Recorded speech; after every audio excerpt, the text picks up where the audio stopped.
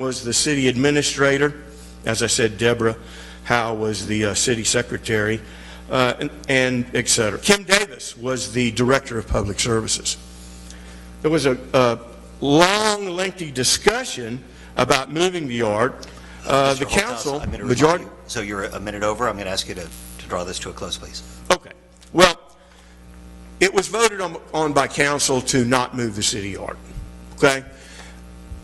My point is, if there's any decision to be made about moving the public yard somewhere else, I hope we don't buy property to do it. We own enough property all around town to put it on. Airport, the Bentley property, 8 acres behind the car dealership. We don't need to buy any more property. And we need to have a public hearing before any of this gets decided. Simply put, transparency. There continues to be a lack of transparency. And I find the council defending that position each time, which is coincidental, because you shouldn't have to defend something that's true. Thank you. Thank you, sir. Would anybody else like to speak for citizens' comments? All right. We'll move on to the next item. The next item is consent agenda. On the consent agenda, we have minutes for February 13th, 2024, regular called city council meeting. We are not going to cover item B that's being pulled. Item C is adopt a resolution authorizing the submittal of an application for financial assistance for the police department, Uvalde 2023 Operation Stone Garden project. Do I have a motion to approve the consent agenda? So moved. Great. Do I have a second? I'll second. Great. All in favor? Aye. All opposed? Motion passes. I'm going to move on to the next one. Actually, I wanted to go back for a second. Just for anybody that doesn't, that is not aware, we cannot comment on anything during citizens' comments. I meant to bring this up after it.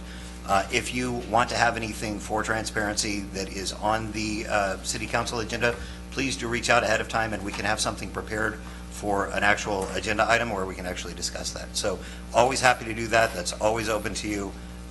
We just need to get that probably 2 weeks in advance, and we'd be happy to do that. Next item, we have the presentation from Dream Flights on the city partnership. For that, we have Daryl. Thank you. Thank you for coming in. Thank you, Mayor. I'm Daryl Fisher, President of Dream Flights, and Council. I appreciate your time here. Scott, are we able to pull up that? I'm working on it. Okay. I love technology. I tell people that's why I fly 80-year-old airplanes, because they're real simple.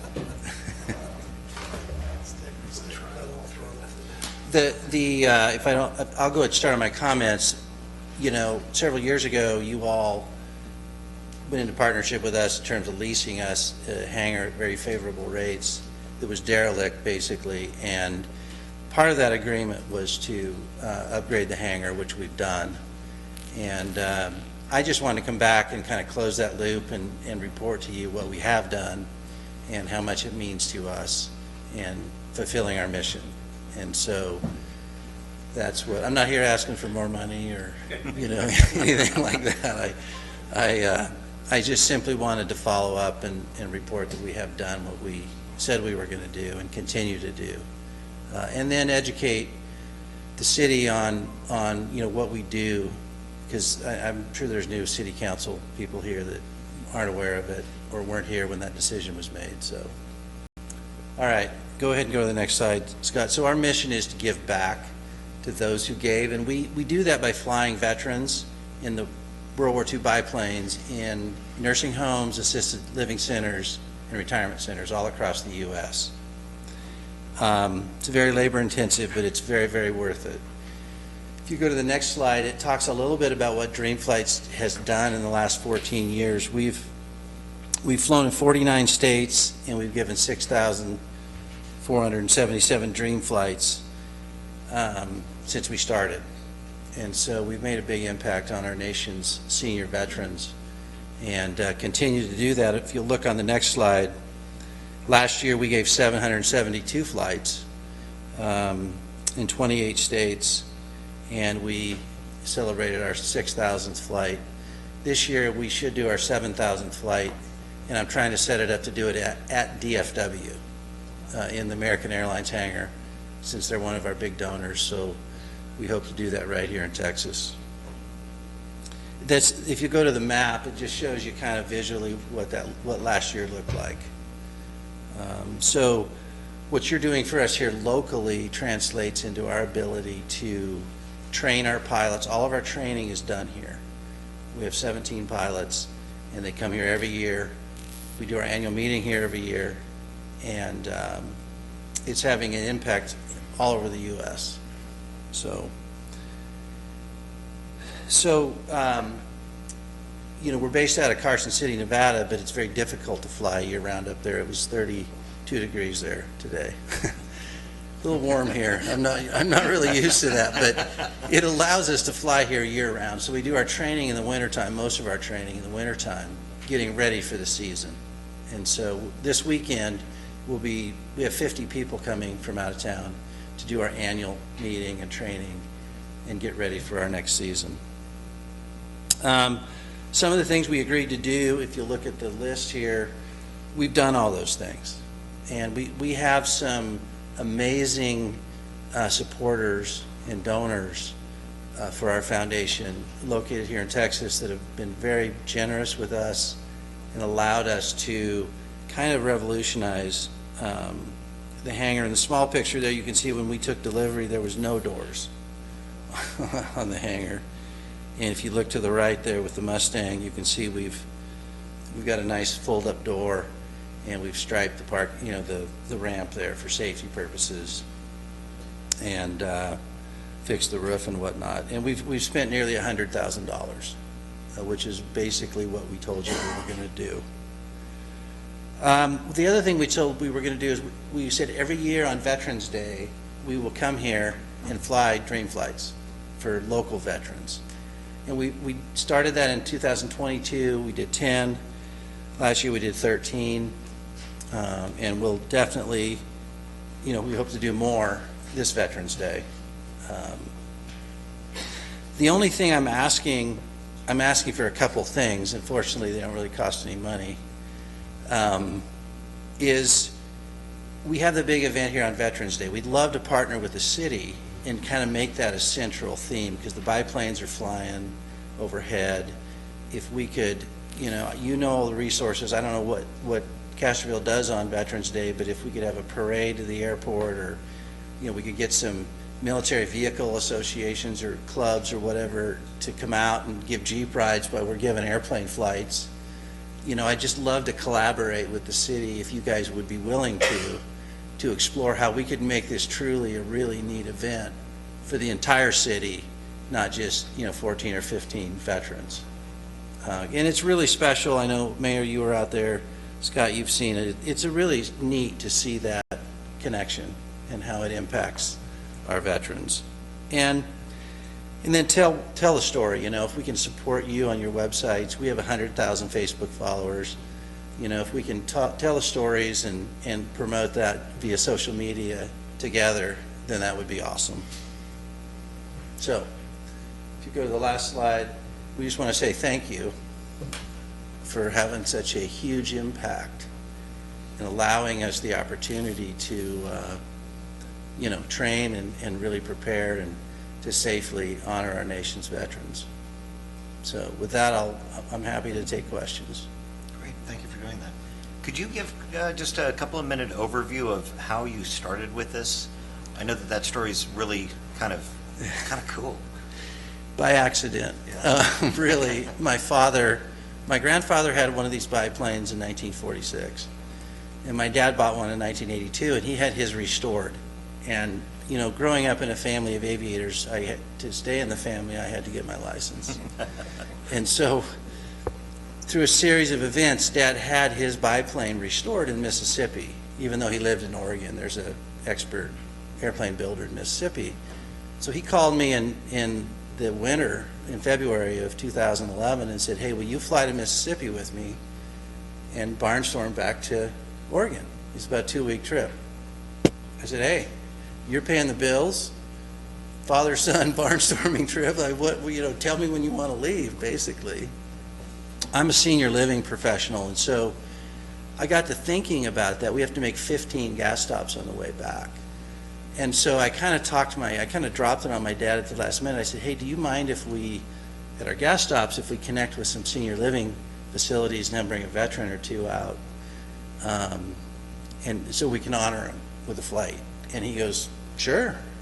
So he was totally, in his brand new airplane, he was totally up for allowing me to do that. So we gave our first flight in Oxford, Mississippi, and Hugh Newton was the veteran's name. He was a World War II veteran, and his wife came up to me and she put her hand on my shoulder and says, you have no idea what you've just done for my husband. And so literally I had no plans other than barnstorming with my dad, but literally we gave 25 flights on the way back, and that's just, every night we would go to the hotel and it was like, wow, that was just magic. And so when I got back, because I'd call my wife every night, she said, you know, she goes, you got to keep doing this. And I said, sign me up. But she goes, there's one little problem. No money, no flying. So she made me go out and raise money, and you know, we gave 50 flights that year and 100 the next year, and people have been so generous, and here we are, going to pass 7,000 flights. But that's kind of how it got started, by accident. That's awesome. And you guys, I don't think you understand the significance of what you're doing to help us, you know, set up our training program, because safety is our big priority. We have a syllabus. We essentially are a school for World War II aviators. We're doing what they did in World War II to train pilots to defend our freedoms. And what's ironic about that is that's what that flight line was used for initially, was for training World War Yeah. II Yeah. aviators. My uncle trained out there as for a B-17 navigator. Really? Yes. Yeah, there you go. My other uncle was the navigator for the Enola Gay, Wow. Dutch Van Kirk. Wow. He trained out here. So. Well, so it fits in with the It history. ties in with our Yeah, history. yeah. Well, we're bringing, you know, my only regret is there's no hotel here, because we don't have the facilities to house our folks when we come at our annual meeting and things like that. But we want to support the city. We're buying all of our food. We're buying everything we can. We're bringing airplanes in to buy gas. We buy a bunch of gas. So you made an investment in us, and we're trying to return that with more than just, you know, honoring veterans, you know, the practical side of making money. So, Well, we're working on it. I know this last year, the American Legion, on the adjutant for the post, we had our ceremony. Our ceremony's always at 11 o'clock Yeah. here at September Square. And then once that was done, we were encouraging veterans to go out to the flight line yeah, for Yeah. your event, and we do it every year. We encourage That's them cool. to go out, and we try to get you names of our surviving World War II. Yep. Because we do have a couple still that are alive. yeah, But then, of course, our Korean and everything, so we're getting the names as Yeah. fast as we can and getting them to you and saying, hey, these are who we have left. But we appreciate all you do for Yeah. helping us on our, you know. Well, and if we know that 11 o'clock, we can probably launch a couple airplanes and do some flyovers and things if you guys want us to do that, you know. Yeah, because that's the, when it was created, Veterans Day was created, the 11th hour of the 11th day of the 11th Oh, yeah, month. okay. Never So thought about that, yeah. That's how, and it's read like that every Veterans Day. Yeah. That's to help you with your scheduling. Yeah, I'm not a veteran. I just have a deep Oh, yeah. appreciation, and so I don't know a lot of this history. I mean, every Okay. day's an education, you know, for Julie, me. I'll help you out. Yeah. So we'd like to collaborate on that, and we actually are building an airplane called the Spirit of Texas, and it's going to be, hopefully we'll get it done this year, and it'll be based here, and so we'll be able to do more, you know, because it won't be traveling during the season. It'll kind of stay here locally. Yeah, and I mean, I was stationed at Middle Nowhere Altus Air Force Base where the C-17, Yeah. KC-135, and the C-5 schoolhouse was before the C-5s moved down here. So I understand about safety and training. Yeah. So that's why, and I was stationed in Alaska, so I understand about training down here. In cold weather. Yeah, Yeah. There's only 2 months to do that. Yeah. But no, with everything that you're doing with, you know, making sure your pilots are safe, but they're getting the training. Yeah. the credit hours needed probably for licensing and Yep. stuff like that and insurance, we greatly appreciate that. Well, you're part of the team, and so I just wanted to kind of just bring you up to speed on where we're at and what we're doing, and I'm happy to do that anytime you guys want me to do it. But I felt, since we had to make an investment, I promised you that we were going to spend money to do things to the hangar. I wanted you to know that we had done that. So, Thank you for doing that. all right. And I think we've got enough time. I know that we talked about this a little bit too close last time, and Yeah. so we didn't quite get the coordination down, but I think we've got enough time to get that planned out and really do something to honor our veterans. So I really appreciate everything that you're doing out there. Do we have any other comments or questions from City Council? Well, I'm going to say my dad also trained in the Stearman here in San Antonio and piloted a B-17, so we need to compare notes. Wow. So, Yeah. it is a It's, small one. we gave a gentleman in South Carolina a flight, Rocky Gannon's his name, and he's 100, and was telling us the story that he was a captain on B-17s at 19, and he did not have a driver's license. Yeah.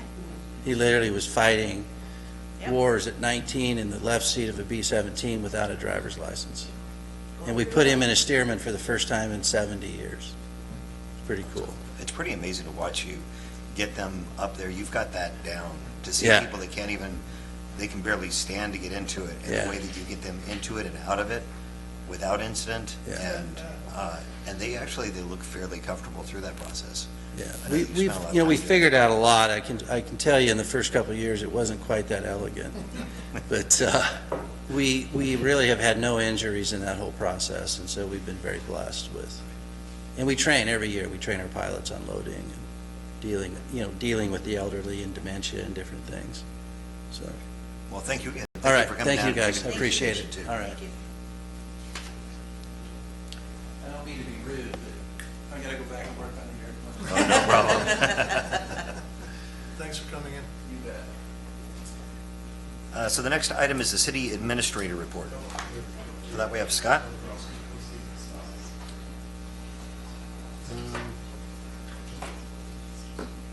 Yeah, just a couple of comments I'll make on the report and then open it up for questions. One was to call your attention to the City Hall remodel update. We received back in April of last year a letter of no review necessary when our architect reached out to the Texas Historic Commission. And of course, it would happen after we finally figure out what our floor plan's going to be, et cetera. That by happen chance, Phil King was at a presentation of the Texas Historic Commission, and they were doing a slideshow, and they said, here's some examples of things you have in your community. And up came a picture of our city hall, and they said, and if you were to do something to this building, you would have to go through a pretty lengthy process, and here's what it is. And Phil's going, wait a minute, they told me you didn't have to. So I actually reached out to the same person who gave us that no review necessary report, and she was flabbergasted because in their system, when she went to look at our address, there were no flags on it whatsoever.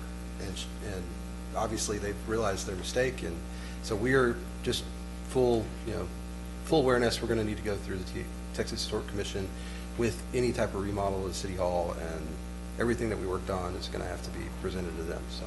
With that being the case, is Yep. there funding available through the Historical Commission? So Deborah and I talked about this. There's a grant fund for county courthouses. We did go down that road in the past, and we'll definitely go down it again.